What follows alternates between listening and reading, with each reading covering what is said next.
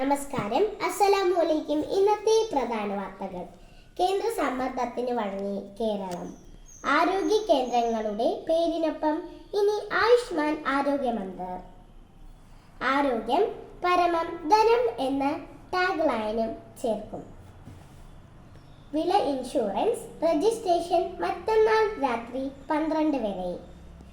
4 വർഷ ബിരുദം കേരളത്തിൽ ജൂലൈ 1 തുടക്കം.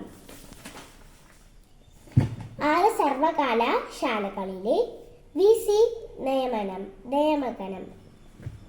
ഗവർണർ സെർച്ച് കമ്മിറ്റി രൂപീകരിച്ചു.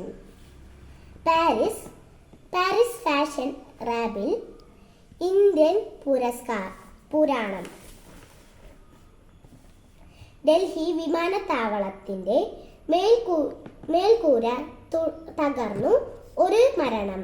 നന്ദി, നമസ്കാരം.